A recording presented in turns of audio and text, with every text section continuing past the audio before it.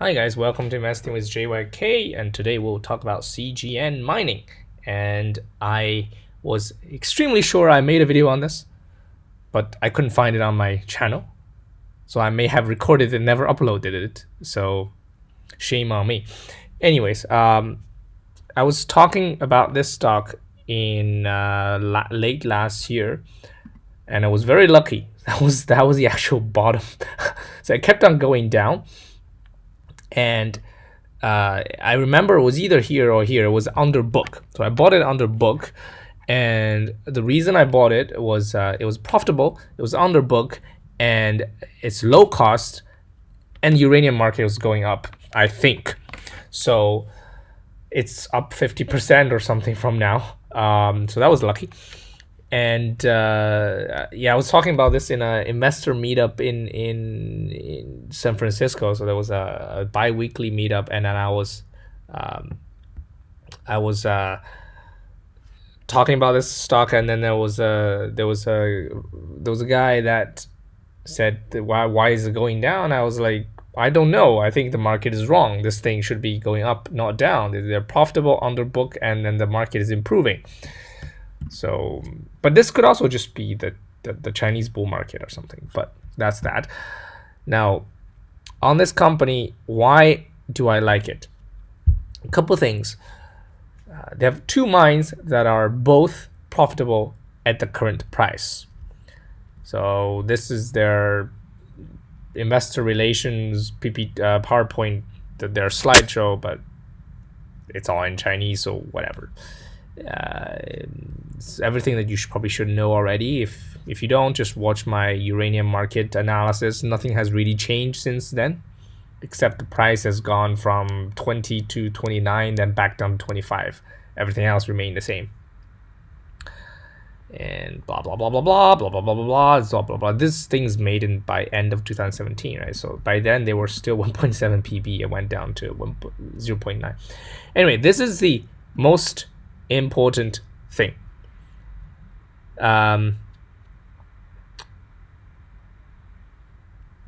So look at this. They have average price cost $24 per pound and $14 per pound. And the current uranium price is $25 per pound. And if you look at their average realized price in 2017 is 31, and they don't have a 2018 thing. So yeah, so that's their production mine. These two mines are already producing, and then they have made this many tons. So 17,000 tons is not a lot.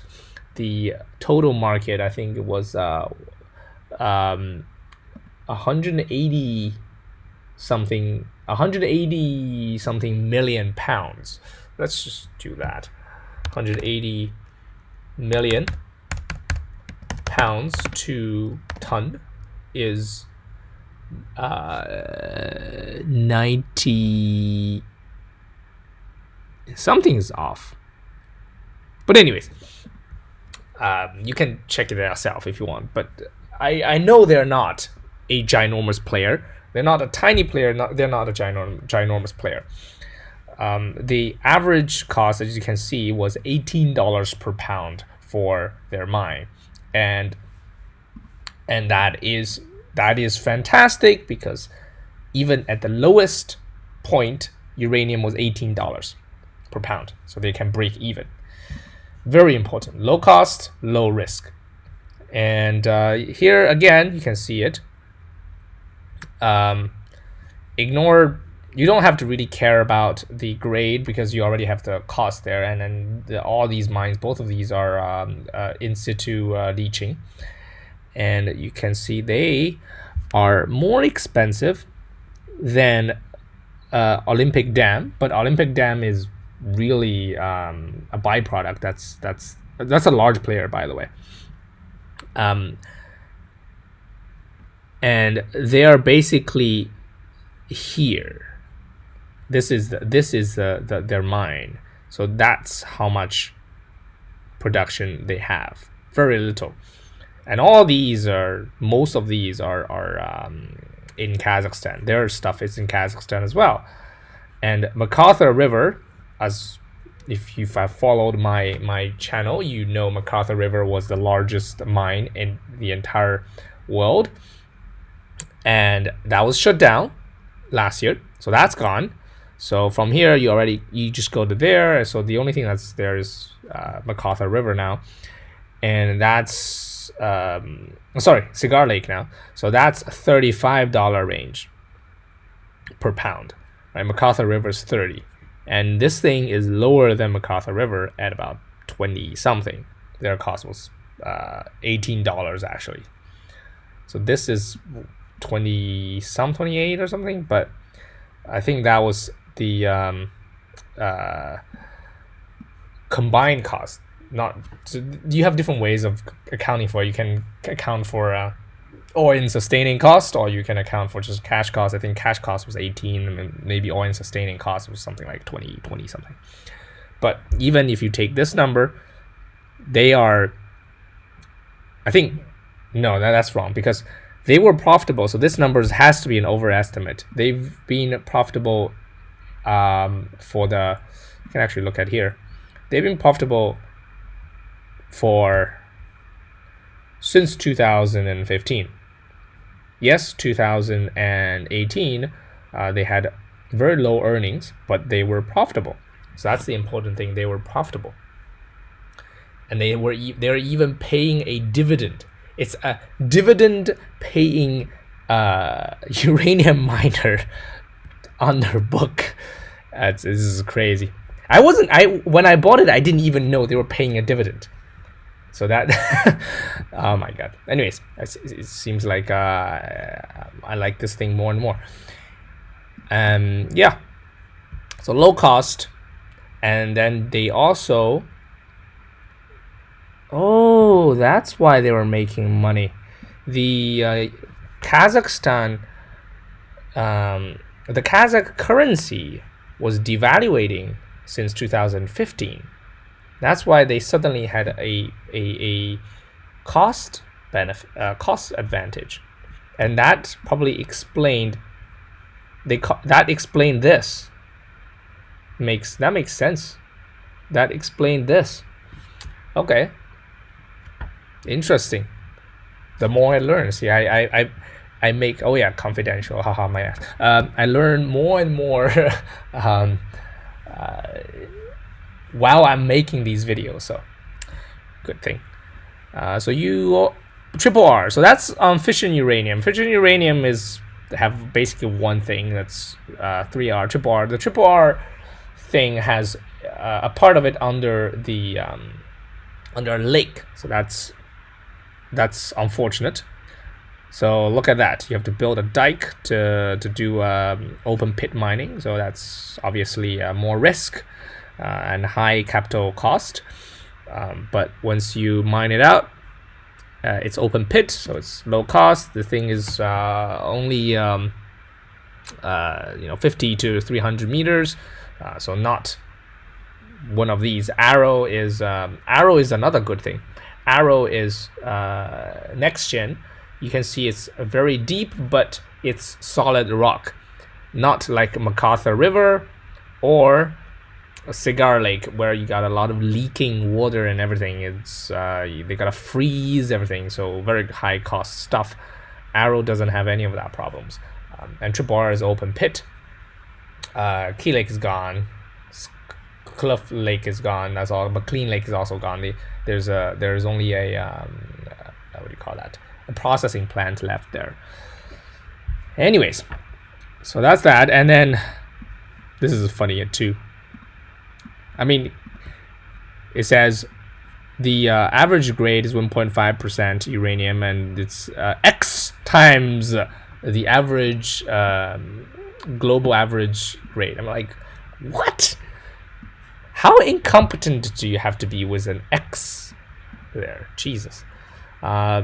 So Triple R is projected to be producing from 2026. So that's probably beyond this uranium cycle. But there will still be some hype around it, and then this thing owns like 20% of Triple R, I think. Yeah, 20% of fission uranium. So that is that. And then there's some BS down there, and more BS, and then thank you. So that's around the company. Main takeaway is low cost, producing mine, paying a dividend. Now, another thing that just happened from, actually I should just go to this. Let's just search for this. From the mouthpiece of the Chinese government. Where is that? Let's just directly from the, damn it, I think people.com is the site. People.com, from the horse's mouth. People.com. Let's see. People.com.cn. All right. .cn. Yes. Here we go. You cannot get more official than this. From the mouthpiece of the Chinese Communist Party. So what it's saying is that after 3 years of essentially holding, so there was 0 approved projects for 3 years in China. In April 1st, the officials for the first time said that there will be new nuclear power projects breaking ground, and there will be 3 to 6 reactors construction starting every year, and says there will be a golden period of nuclear power, blah blah blah blah blah blah. And so it says since 2015 was 8 new nuclear reactors. We have experienced 3 years of 0 approvals. The reason says the reason from this guy, supposed to be an analyst, chief analyst Han Xiaoping said the reason is to verify the reliability and safety of the 3rd gen nuclear power stations, because that's something new in China, and they're saying only after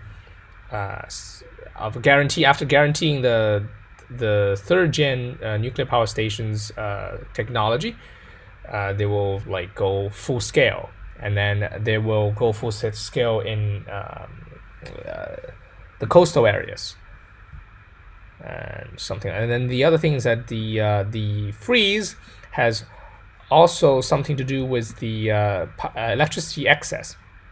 So for the past couple of years, the power generation market in China has been in a demand constrained situation, and so and also because of the renewables and in their low cost, the demand for nuclear power is not being as urgent. So that's that, and blah blah blah. So there are things, and you can take a look yourself and use Google Translate to do that. And then the price is going to be like 42 Chinese cents per kilowatt hour, and that is about 7 cents per kilowatt hour to be sold. So that's like a wholesale price. What does that mean for us? Well, the sentiment will become better. China will start building more. So they'll break ground on more nuclear stations, and then that will soak up more demand. And the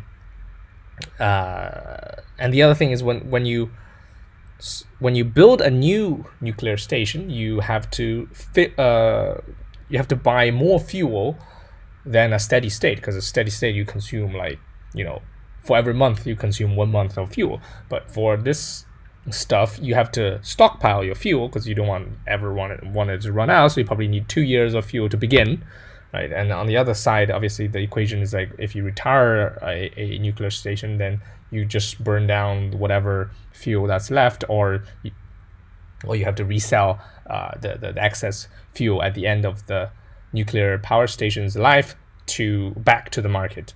Right? So there will be an increase of supply if you have an additional increase of supply when you shut down nuclear power stations.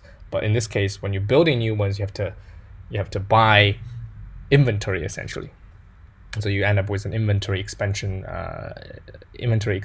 effect there. So I think this is a buy.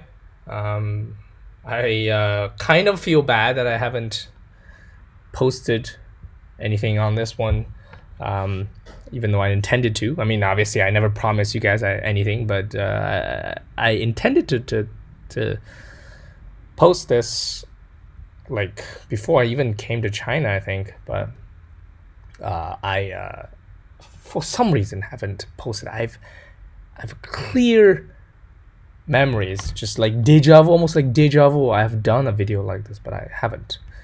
Anyways, see you now, guys, next time. If you like it, just click like. If you dislike, click dislike. And if you hate me, tell me how you hate me. Bye.